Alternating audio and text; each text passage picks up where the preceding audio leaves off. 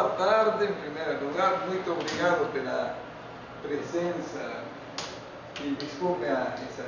Só uma coisinha, o professor Ramon, eu esqueci de falar, ele é o coordenador do projeto Café com PP esse ano.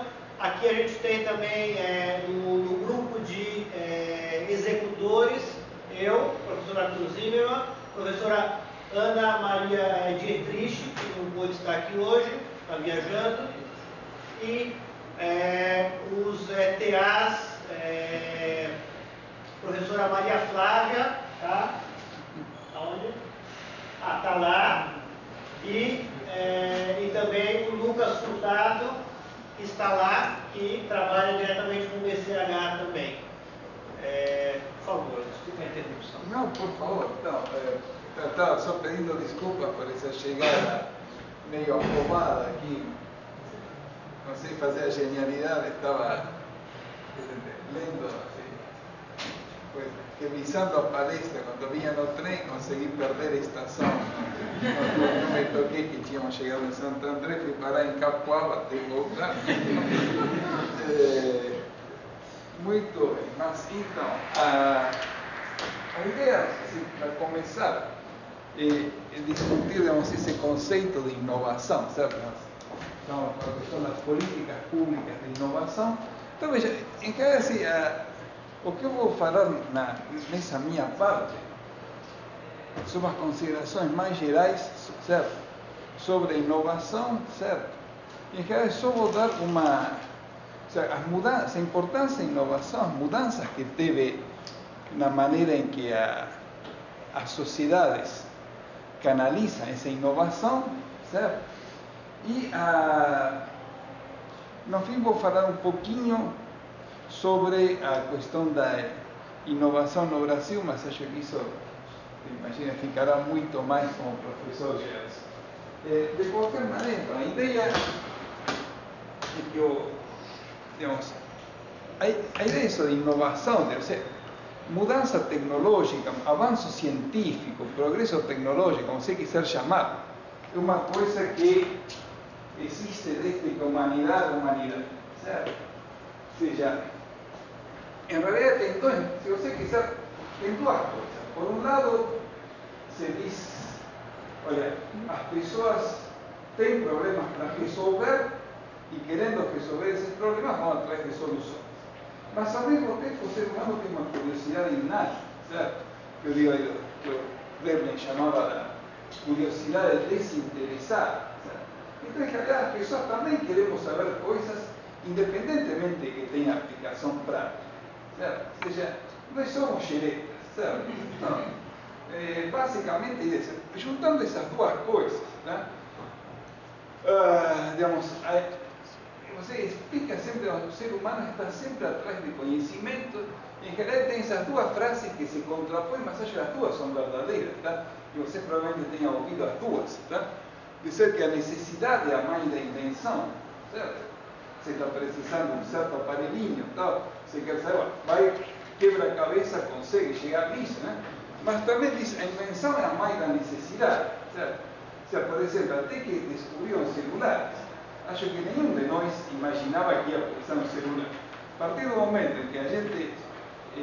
eu, por exemplo, resisti anos del celular. Agora, se fico um dia, fiquei celular, quase chego no suicídio. Então, veja, nesse caso, claramente, a invenção foi a mãe da... Eu não sabia que precisava, mas agora não vivo sem, certo? Então, o ser humano sempre teve seus avanços. Obviamente, os avanços vêm sei lá, do primeiro brucutu, certo? Deve ser um avanço tecnológico também, né? Então, mas essencialmente, digamos, então, da roda ao relógio, como eu digo aí, se teve avanços ao longo de toda a história, né? Mas em particular, é o que a gente diz que no capitalismo, né? O avanço tecnológico ficou, digamos, incorporado dentro do próprio processo econômico, certo? Porque, digamos, no capitalismo você precisa inovar para ganhar na concorrência entre as empresas, certo? Então, a partir digamos, do surgimento do capitalismo, a inovação passa, digamos, o próprio motor de funcionamento do sistema exige uma permanente inovação uma atrás da outra. Certo? Então, aqui tem todas as discussões que eu não vou poder fazer aqui, são interessantíssimas. A ideia, digamos, é bom que tenha o avanço tecnológico, quais que são os limites. Veja, obviamente, isso tem um lado muito bom da inovação, certo? A gente não estaria aqui sem PowerPoint, certo? Por outro lado, pode ter, digamos, uma dimensão, certo? Complicada, escravizadora, limites psicológicos, até onde podemos usar, digamos, os recursos naturais, a poluição. Então, veja, acho que não é o assunto, digamos, de hoje, mas sempre é importante lembrar que o progresso tecnológico tem esse lado, né? Tem um lado muito bom, essencial, importantíssimo, e também vem com algum problema junto, certo? Uma coisa fundamental também, que aqui na minha palestra posso acabar se misturando um pouco, mas é bom, na minha ter claro em termos conceituais, né? Que uma coisa é falar de inovação, outra coisa é falar de invenção, certo? Em geral, quando a gente está falando de invenção, a gente está falando numa etapa, digamos, de laboratório científico, certo? Uma etapa prévia à produção em massa, à produção comercial, certo? Quando você conseguiu introduzir isso, digamos, no processo produtivo, né? Esse avanço científico, esse avanço tecnológico, essa invenção, certo? Vira inovação, tá? Isso é uma diferença conceitual importante, certo?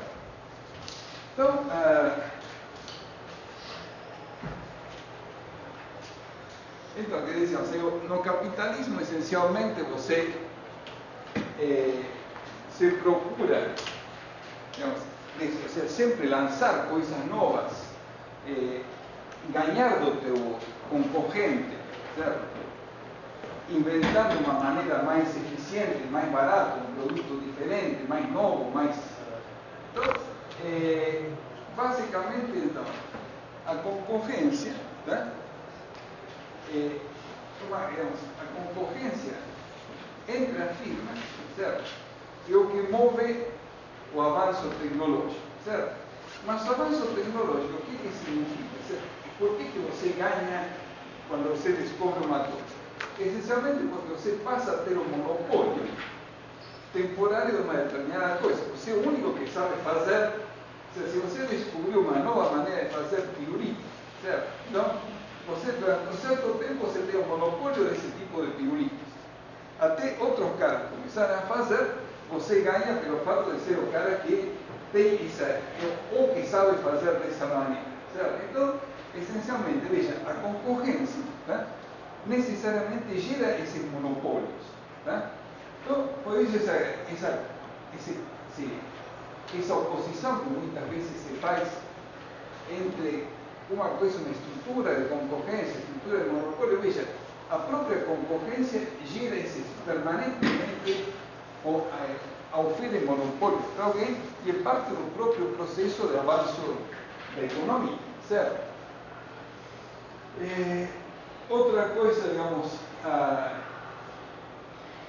também o conceito de competitividade, certo? Essa possibilidade de você ser capaz de concorrer, certo? De fazer um produto que está em condições de concorrer com outros semelhantes, tá? A ideia, digamos, de competitividade, certo? É uma coisa que se dá ao nível da firma. A firma pode ser competitiva, tá? E a ideia de concorrência é que existam várias firmas competitivas que concorrem entre si, certo? Então, aqui eu vou passar rápido, mas quando a gente fala em inovações, o que a gente está falando? De inovações, que é a introdução de um produto novo, certo? Isso é meio óbvio. Mas uma coisa a gente às vezes esquece, digamos, inovação na cozinha, certo? Introdução de novos métodos de produção e de distribuição. A gente não vê, digamos, a inovação, não é que aparece um produto novo, sino uma maneira mais barata, mais eficiente de fazer esse mesmo produto, certo? Inovar também é abrir novos mercados. certo? Ou seja, digamos, desde criar necessidades para pessoas que antes não tinham, certo? Conseguir vender um certo produto que antes não era utilizado em certo ramo industrial, agora começa a utilizar esse produto como insumo. Então, também você criou uma inovação, certo? Então, existe essa nova forma de insumo e, sobretudo, estabelecendo uma nova forma de organização que permite um monopólio temporário. Veja, muitas vezes, digamos, simplesmente, por exemplo, uma maneira de inovar, certo? Pode ser simplesmente uma nova maneira de organizar uma empresa, certo? De organizar um processo produtivo, tá? Não precisa ter nenhum avanço científico tecnológico, certo? Aqui, em realidade, a gente está sempre pensando mais na inovação como avanço científico tecnológico, mas também inovação pode ser simplesmente um rearranjo, tá, das coisas que a gente já sabia fazer. Tá? Muito. Então, veja, aqui, digamos, estou dizendo, perfeito, a ciência e tecnologia são campos próximos, tá? Mas, essencialmente, a maneira em que a gente conhece, tá, a inovação contemporânea, certo? É essencialmente uma coisa que vem do período chamada Segunda Revolução Industrial, onde começa a se investigar sistematicamente, tá, atrás da introdução de inovações, certo? Ou seja, as firmas começam a ter seus departamentos de pesquisa e desenvolvimento, certo? Então, digamos, a inovação deixa de ser um cientista, certo? Um inovador, um cara genial que teve uma sacada, certo? E passa a ser uma coisa sistemática, certo? Procurada pelas firmas que criam departamentos específicos para isso. Então, veja, e vem, qual que é a nossa imagem mais frequente? Então, veja, eu estou dizendo que a gente está preso ainda a outro paradigma, certo? A gente ainda pensa no grande inventor. Qual que é a nossa imagem, então, de quem é um grande inventor? Certo? A gente está pensando assim, grande inventor é o professor Pardal, certo? Assim, se você não quer pôr o professor Pardal, uma coisa mais moderna, tá? Então você tem, digamos, essa é a nossa imagem do grande inventor, certo? Tá? O Doc Brown, tá?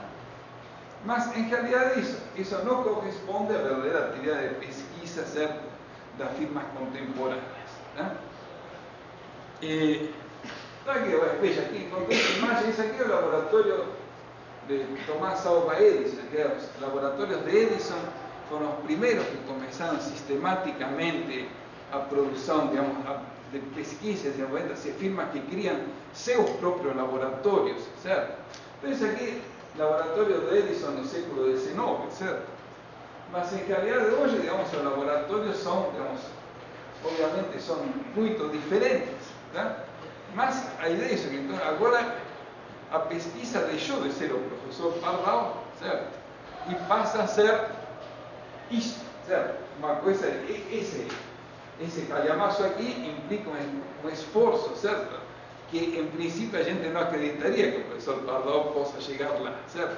Certo? Como digo aqui, digamos, em realidade, a gente ainda tem, digamos, nossas imagens sobre dimensão voltam ainda ao gênio laboratório. Isso aqui são mais contemporâneos, né? Então você pode dizer, olha, então esse tipo de imagem, que a gente pode pensar isso, ou seja, a gente ainda está preso nisso, mas em realidade a ciência hoje é uma coisa muito diferente de Dexter e do cérebro, certo? Então, volto à parte séria da apresentação. Então, agora, o que eu queria dizer é isso. Então, digamos, afirma basicamente que agora começam-se a desenvolver pesquisa, certo? Tem um gasto, um investimento das próprias firmas, um esforço das firmas em fazer pesquisa, certo? E, em realidade, a inovação contemporânea é uma coisa que já vou falar mais para frente, vou fazer um breve intervalo de efeito agora, tá? Mas eu queria dizer isso, a inovação hoje implica ação coordenada de vários atores além da firma, certo? Então, empresas, universidades, instituições de pesquisa, instituições financeiras, órgãos governamentais de políticas públicas. Então, quando a gente está pensando em inovação hoje, tá? Também já saiu só dessa imagem do Edison fazendo coisas em seu laboratório com seus cientistas, tá? Em 1870. Hoje você precisa todo esse conjunto de coisas que se conhece por esse nome, Sistema Nacional de Inovação. Certo? Então, isso é basicamente o que é a pesquisa hoje. Certo? Então, uma questão que eu queria dizer antes de discutir o Sistema Nacional de Inovação é a questão de como você consegue, digamos, estimular a pesquisa. Certo? Pois veja, aí tem toda uma discussão, né? Digamos, você tem uma tensão em que, de um lado, o avanço científico, tecnológico, uma inovação, favorece a toda a sociedade, certo? Mas, por outro lado, você tem que estimular pessoas, firmas, agentes individuais que façam isso, certo? Então, a questão é isso, como você combina, tá? A questão de que você tem, digamos, pessoas no sentido mais amplo, ou seja, firmas, certo? Tá? Que tem que, digamos, que vão atrás, gastam tempo, dinheiro, esforços, compromissos, né, para fazer uma coisa e, do outro lado, digamos, você tem que ver, isso aí em princípio um conhecimento que está, digamos, disponível para a sociedade como um todo, certo? Como você consegue balançar esse problema, certo? Então, digamos, essencialmente isso leva à questão de, digamos, quem e como pode se apropriar, certo, dos resultados desses avanços tecnológicos, tá? Então, veja, tipicamente a solução que a sociedade dá é a questão da patente, certo? Mas o que eu queria dizer, veja, a patente resolve parte do problema, certo? Mas certamente a patente sozinha não explica todo o avanço tecnológico da humanidade, certo? Por um lado, você tem que, em geral, são patenteáveis, as coisas estão perto de chegar no mercado, tá? Mas você tem todo o setor de pesquisa básica, tá? Que tipicamente trabalha sem patentes, certo? Ou seja, você consegue ter inovação, certo? Mesmo que essa inovação não seja, certo? Consegue ter, não inovação, consegue ter invenções, certo? Consegue ter avanços científicos sem que esses avanços sejam patenteados, certo? Por outro lado, quando você está já no âmbito das firmas, tá? As firmas podem, digamos, patentear, certo? Mas tem outros dois caminhos que ao longo da história podem ter sido tão ou mais importantes, que de repente, dependendo do setor, ainda hoje são mais importantes, que são simplesmente o pioneirismo, tá? E o segredo industrial, certo? Ou seja, porque, como eu estou dizendo aqui, o pioneirismo, certo? Uma coisa, se o primeiro que fez uma coisa, mesmo essa coisa não seja patenteada, certo? Você tem a ideia de começar a fazer, não tem restaurantes de comida de tal tipo, certo? Então você é o primeiro amigo que resolve fazer um restaurante desse tipo, né? Numa determinada cidade, num determinado país, certo? Ninguém tem, você não pode patentear. Imagina o cara que introduziu a primeira pizzaria em São Paulo, certo? O cara não pode patentear a pizza, certo? Mas o cara, por um certo tempo, vai ter a fama, não, eu sou o único que está aqui, sou o introdutor, certo? Então, o pioneirismo dá vantagem, certo? Agora, você diz, quando a patente funciona bem, particularmente quando é muito claro você dizer o que estou patenteando, tá? E que, portanto, se algum cara está fazendo sem me pagar, sem me pedir licença, sem me pagar royalties, sem minha autorização, eu posso ir atrás e processar o cara, certo? Se, basicamente, se eu patenteio uma forma de sanduíche, por exemplo, tá? Fica muito difícil dizer exatamente o que estou patenteando, certo? Tá? Qualquer dizer, não, pus um pouquinho de orégano a mais ou a menos. Então, isso aí, então, isso é muito difícil. Então, quando você tem uma coisa desse tipo, tá?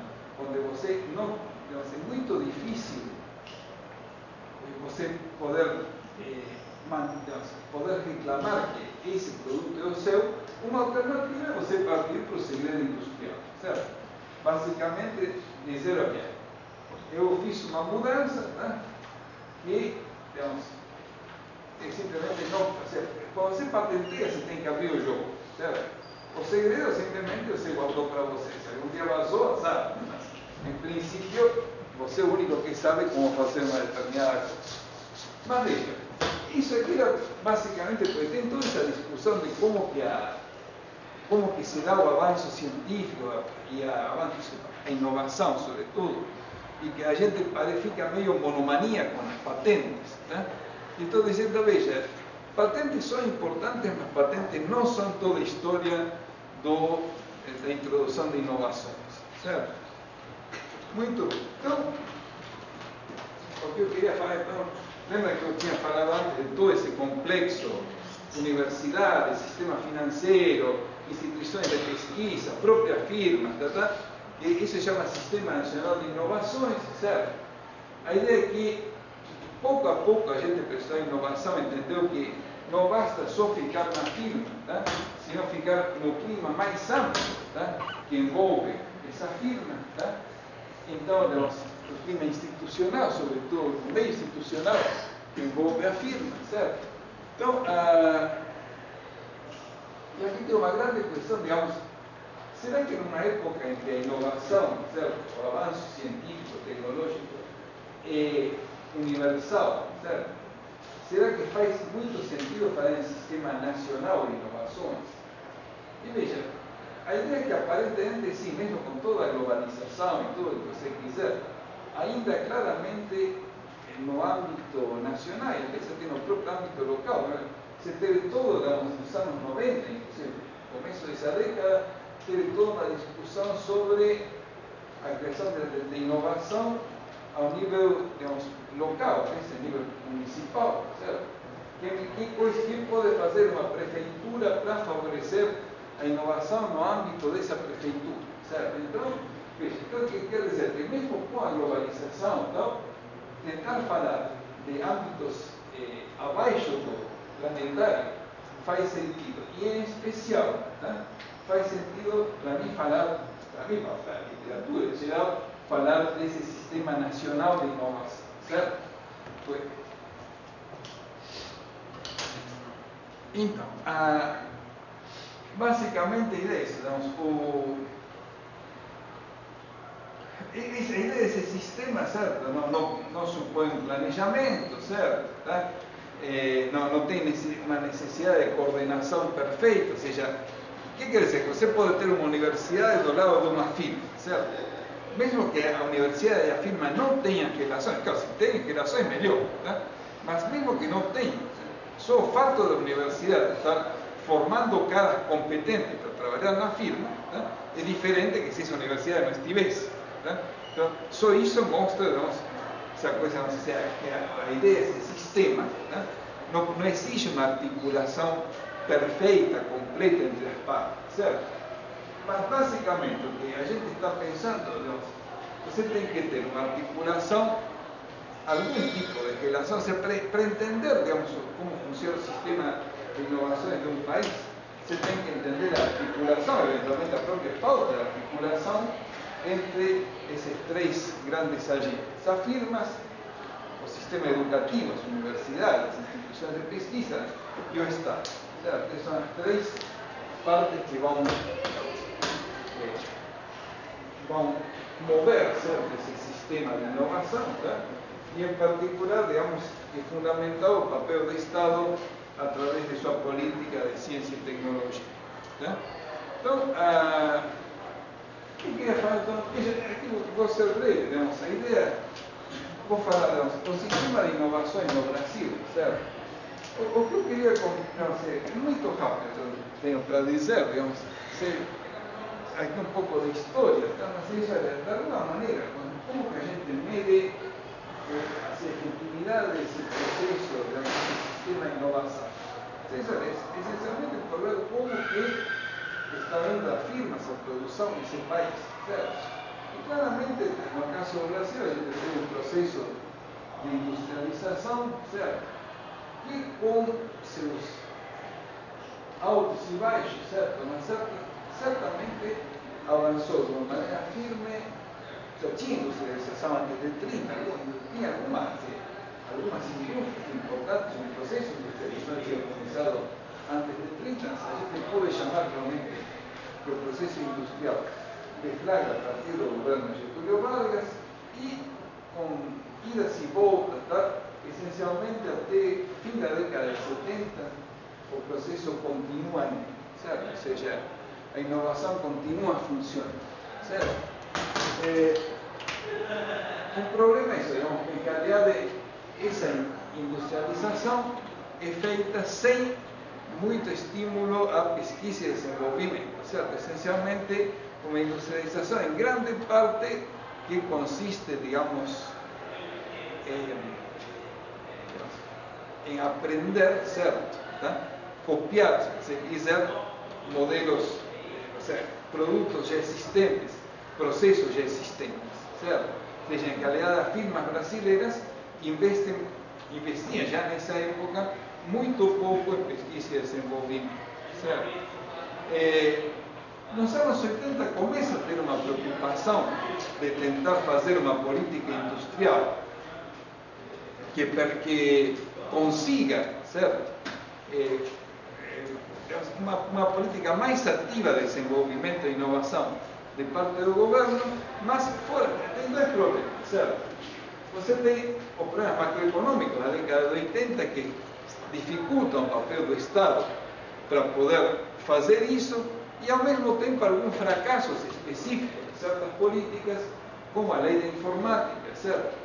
Que, digamos, independentemente de quais sejam os motivos pelos quais não deu certo, claramente teve alguma coisa, em que foi uma lei que pretendia ajudar ao avanço industrial e tecnológico do Brasil e a visão geral que mais acabou atrapalhando do que ajudando, certo?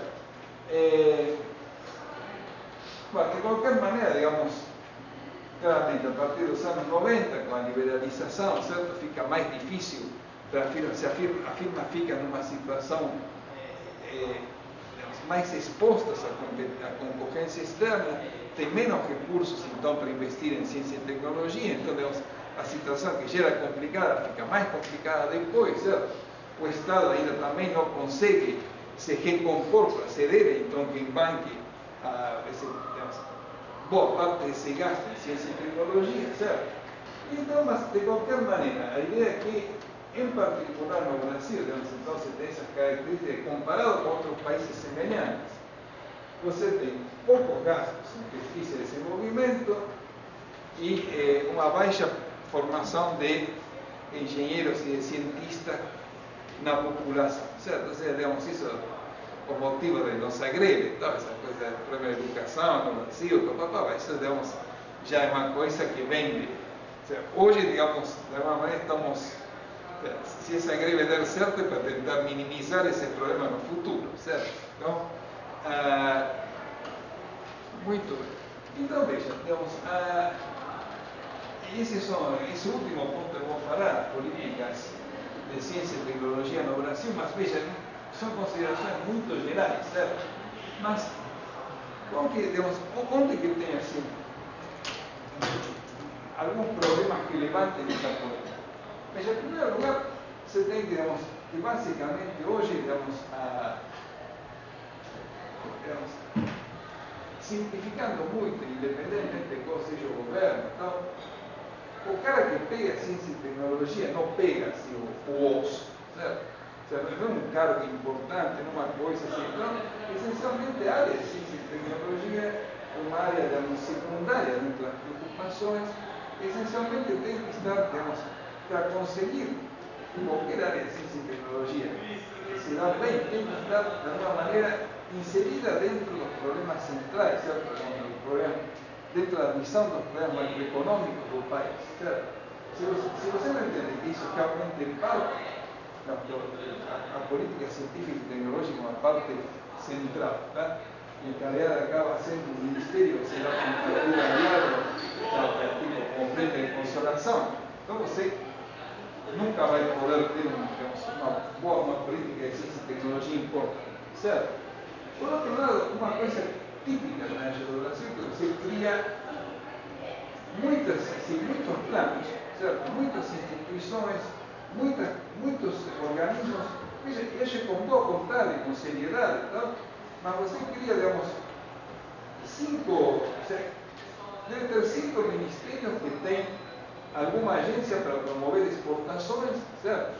Que não conversam entre eles, certo? Então você está fazendo uma política